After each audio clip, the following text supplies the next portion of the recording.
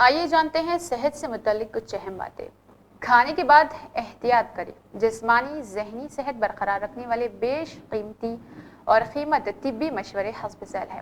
انسان کو زندہ رہنے کے لیے لازماً 3 کام کرنا پڑتا ہے: سانس لینا، پانی پینا اور کھانا کھا کر پیٹ بھرنا۔ سانس لینے سے آکسیجن ملتی ہے۔ سانس کہتی ہے کہ انسان کو چند منٹ بھی آکسیجن نہ ملے تو اس کی موت واقع ہونے لگتی ہے۔ اسی طرح اسے چند دن پانی یا کھانا نہ ملے تب بھی انسان موت کے منہ میں چلا جاتا ہے۔ غذا اسے اس کے خلیوں کو توانائی ملتی ہے اور وہ مختلف کام انجام دینے کے قابل رہتا ہے۔ غرض تندرست توانا رہنے کے لیے کھانے کا بنیادی کردار ہے اور بہتر یہ ہے کہ انسان ایسی غذائیں کھائے جس سے اس کو مناسب مقدار میں غذائیت یعنی کاربوہائیڈریٹ، چکنائی، پروٹین، وٹامنز مل سکے۔ مگر ایسی مفید غذائیں کھا لینے کے بعد بھی اگر کوئی مرد عورت محسوس کرتا ہے کہ اس سے موزوں غذائیت نہیں مل رہی اور کمزور توانا کا شکار ہے تو اسے اپنی غذائی عادات کا جائزہ لینا چاہیے۔ دراصل اچھی غذائیں کھا کر انسان صحت مند رہ سکتا ہے۔ مثال کے طور پہ پھلوں سے پرہیز۔ پھل صحت بخش ہوتے ہیں لیکن ان میں قدرتی شکر بھی ہوتی ہے جو کھانے کے فوراً بعد کھا لینے سے آپ کے معدے میں خمیر بن جاتی ہے۔ یہ خمیر پھر ابھار اور گیس کا باعث بنتی ہے۔ یوں نظام ہاضمہ کی خرابیاں جنم لیتی ہے۔ اگر آپ کھانے کے بعد پھل کھانا چاہتے ہیں تو کم از کم آدھا گھنٹہ یا 30 منٹ انتظار کریں تاکہ آپ کا معدہ کھایا گیا کھانا ہضم کر لے۔ کیفین نہ لیجیے۔ کیفین جو اکثر مقبول مشروبات جیسے کافی، چائے میں پائی جاتی ہے، ضروری معدنیات، غذائی اجزاء خاص طور پر فولاد، کیلشیم کو انسانی جسم میں جذب کر لیتی ہے۔ کھانے کے بعد کیفین لینے سے ایک اور مسئلہ بھی جنم لیتا ہے، وہ یہ کہ ہماری غذائی نالی کے عناصر اس سے متاثر ہوتے ہیں۔ آسرہ ایسا پٹھا ہے جس کے سکڑنے پھیلنے سے کوئی نالی بند یا کھل جاتی ہے، یوں جسم میں گیس پیدا ہوتی ہے، انسان تیزابیت، بے چینی محسوس کرتا ہے۔ میٹھی اشیاء نہ کھائے۔ میٹھا ہمارے میں رواج ہے، کھانے کے بعد ضرور میٹھا کھایا جاتا ہے، تاہم طبی جدید سائنس کی روح سے یہ رواج بھی صحت کے لیے نقصان دہ ہے۔ وجہ یہی ہے کہ میٹھے کھانوں میں شکر بڑی مقدار میں استعمال کی جاتی ہے، یوں انسان جسم پہ ناخوشگوار طبی لحاظ سے مضر اثرات مرتب ہوتے ہیں۔ اگر مجبوراً میٹھا کھانا پڑے تو تھوڑی سی مقدار میں تناول کیجیے۔ نہانے سے پرہیز کریں۔ کھانے کے فوراً بعد گرم یا ٹھنڈے پانی سے مت نہائیے۔ وجہ یہ ہے کہ اس طرح خون کا دباؤ شکم سے ہٹ جاتا ہے اور یہ عمل ہاضمے کو سست رفتار بنا دیتا ہے۔ لیٹنا بھی نقصان دہ ہے۔ کھانا کھانے کے فوراً بعد لیٹ جانا ایک ایسی عادت ہے جو ممکنہ طور پر تکلیف، سینے میں جلن، ایسڈ ریفلکس کا باعث بنتی ہے۔ یہ حالت ہاضمے کے عمل میں خلل ڈالتی ہے۔ بہت زیادہ پانی پینا۔ دن میں مناسب طور پر پانی پینا مجموعی صحت کے لیے بلا شبہ ضروری ہے، لیکن جب کھانے کے فوراً بعد پینے کی بات آئے تو توازن برقرار رکھنا بہت ضروری ہے۔ سیزنل ڈس آرڈر، سردیوں کا اس سے کیا تعلق ہے؟ علاج کیسے کریں؟ یہ ایک عام مشاہدہ ہے۔ سرد موسم میں انسان کی طبیعت میں تھکاوٹ، اداسی، مایوسی کی کیفیت کا احساس ہوتا ہے، تاہم کچھ لوگ ان سردیوں سے لطف اندوز ہوتے ہیں۔ ان سے اس سے اتفاق کہیں یا طبیعت کی یکسانیت کی اردو شاعری کا بڑا حصہ دسمبر کے خنک شاموں اور سرد راتوں میں جدائی، ہجر اور مایوس کن باتوں پر مبنی ہوتا ہے۔ اگر آپ بھی سردی کے موسم میں ونٹر بلوز یعنی ڈپریشن جیسے اسی کیفیت کا شکار ہے تو آپ اکیلے نہیں ہیں۔ موسم سرما میں تھکاوٹ، اداسی، کسی کام پر توجہ مرکوز کرنے میں دشواری، نیند کے شیڈول میں رکاوٹ معمول کی بات ہے۔ ویسے تو یہ علامت ڈپریشن، انزائٹی کی ہے جو سال میں کسی بھی وقت ہم پر حملہ کر سکتی ہے، تاہم موسم سرما میں علامات کو پہلے سے شکار افراد مزید مشکل سے دوچار ہو جاتے ہیں۔ سیزنل ایکفورڈ ڈس آرڈر سے سیزنل ڈپریشن بھی کہا جاتا ہے، جو کہ میجر ڈپریشن ڈس آرڈر کی ایک قسم ہے جو بدلتے موسم کے باعث پیش آتا ہے، جو ہماری ذہنی صحت کو متاثر کرتا ہے۔ اسے عام طور پر موسم سرما کی ڈپریشن کے طور پر جانا جاتا ہے اور موسم کی شدت کے ساتھ ساتھ بڑھتا چلا جاتا ہے۔ اس کی علامات ابتدا سردیوں میں ظاہر ہوتی ہے۔ امریکہ کے نیشنل انسٹی ٹیوٹ آف ہیلتھ سے تعلق رکھنے والے ماہرین کی ایک ٹیم نے 1984 میں تحقیق کے بعد موسم سے جڑے ڈپریشن یا ذہنی تناؤ کی تشخیص کی تھی۔ سائنسدان اس بات پر تحقیق کر رہے ہیں کہ ہماری آنکھوں کے سیل روشنی میں پائے جانے والے نیلے رنگ کو کس طرح ایسے سگنلز میں تبدیل کرتی ہے جو ہمارے موڈ میں تبدیلی اور الرٹ ہونے کے لیے مخصوص ہوتے ہیں۔ دھوپ نیلی روشنی سے بھرپور ہوتی ہے، اسی لیے جب دن میں سورج کی روشنی ہماری آنکھوں تک پہنچتی ہے تو ہمارا دماغ زیادہ بیدار، متحرک رہتا ہے اور اسی وجہ سے ہم زیادہ خوشگوار محسوس کرتے ہیں۔ اس کیفیت سے کیسے بچا جا سکتا ہے؟ موسم سرما میں اداسی، مایوسی کے غلبے سے چھٹکارا پانے کے لیے سب سے پہلے تو خود کو حرکت میں لانا ضروری ہے۔ باقاعدگی سے ورزش کریں اور اس کے اثرات بھی دیکھیں۔ صبح اٹھ کر دروازے، کھڑکیاں کھول دیں تاکہ سورج کی روشنی گھر کے اندر داخل ہو سکے۔ اس کے علاوہ گرم اور صحت مند غذائیں کھائیں، پانی کا استعمال زیادہ کریں اور تاکہ طبی جسمانی طور پر آپ فٹ رہ سکیں۔ اگر آپ ڈپریشن کی دوا استعمال کرتے ہیں تو اپنی نئی علامات ڈاکٹر کو ضرور بتائیں اور ان کے مشورے سے دوائیں تبدیل کرتے رہیں۔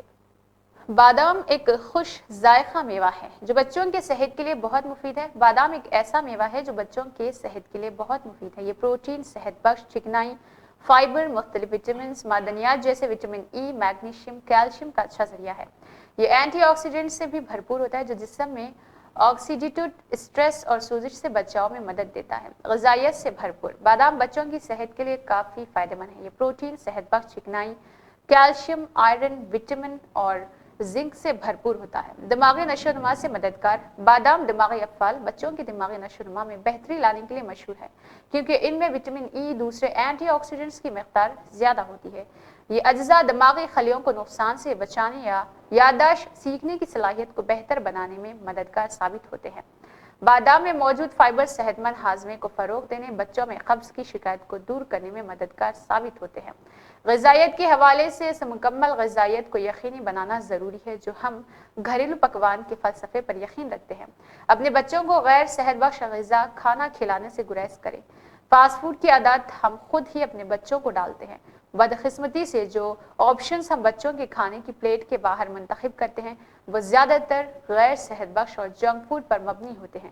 یہ دیکھ کر افسوس ہوتا ہے اور صحت مند کہلانے والے بچے بھی اس سے بیمار ہو جاتے ہیں۔ کولیسٹرول کی مقدار میں توازن کیوں ضروری ہے؟ کولیسٹرول جگر کی نمکیات کا بنیادی جز ہے جو پتے سے خارج ہوتا ہے۔ ہماری خوراک میں شامل چربی کو جسم کا حصہ بنانے میں مددگار ثابت ہوتا ہے۔ کولیسٹرول ایک کیمیائی چربیلا نرم مومی مادہ ہے جو جسم میں خون کے اندر قدرتی طور پر پایا جاتا ہے، جسم کو صحت مند مقدار فراہم کرتا ہے، لیکن اس مقدار کا توازن بگڑ جائے تو طبی مسائل لاحق ہوتے ہیں۔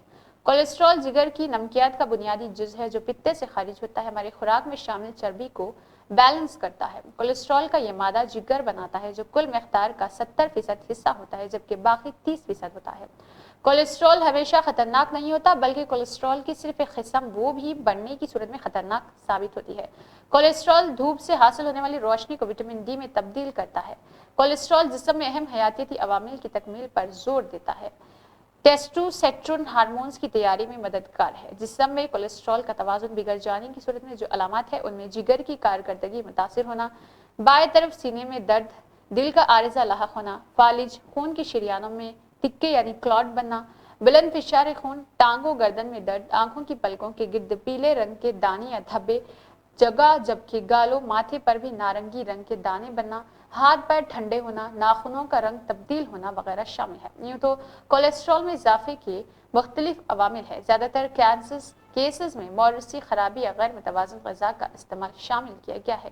چکنائی بھرے غذائیت اس قدر کولیسٹرول بنے گا۔ کولیسٹرول خون کی نالیوں میں بھی تحلیل نہیں ہوتا اور ایک جگہ سے دوسری جگہ منتقل کرنے کے لیے سہارا لیتا ہے۔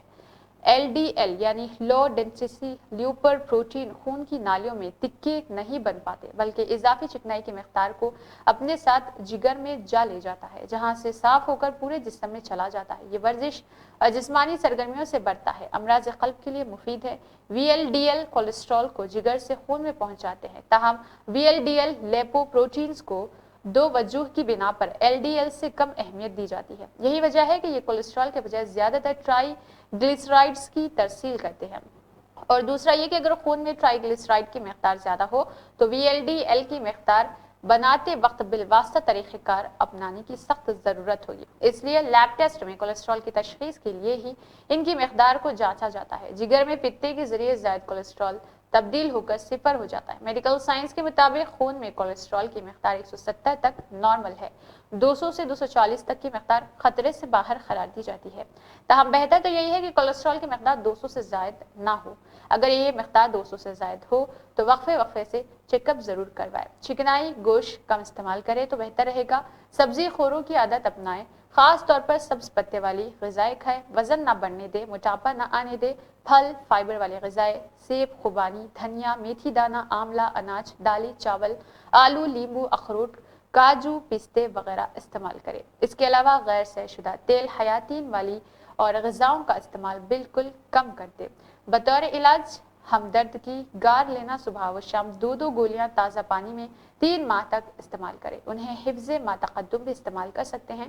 ایک تحقیق میں یہ بات سامنے آئی ہے کہ امریکہ جیسی ترقی یافتہ ملک میں 45 سال سے زائد عمر کے افراد سے ہر چوتھا فرد کولیسٹرول کم رکھنے والی ادویہ استعمال کرتا ہے.